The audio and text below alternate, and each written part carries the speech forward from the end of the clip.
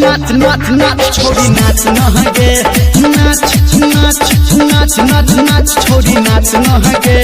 भगोरी उठा के टंगरी देखा के डीजे पे हमरा संगे नाच नहगे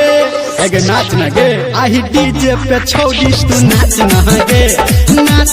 नाच नाच नाच नाच छोरी नाच नहगे नाच नाच नाच नाच नाच छोरी नाच नहगे।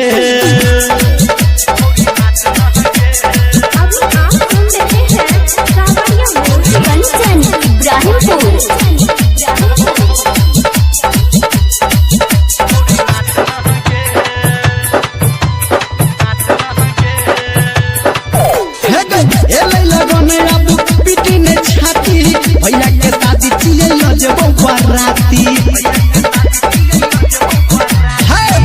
लगन अब पीठ में छाती भैया के शादी चिले लजबो बराती बम रहिला के सबके देखा के छौरा से बच नहागे नाच नगे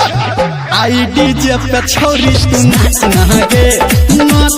नाच नाच नाच नाच छोरी नाच नहागे नाच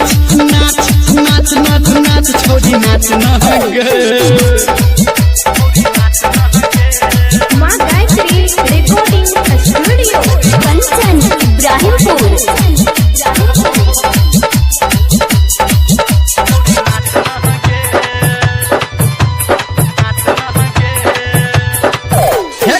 पार्टी मने बया है डीजे बजे बही तू देबे साथ छोरी सबके हंसेबे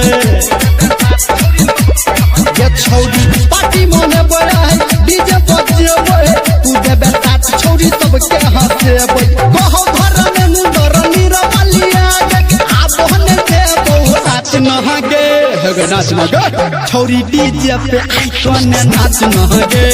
नाच नाच नाच नाच नाच छोरी नाच नहगे नाच नाच नाच नाच नाच छोरी नाच नहगे।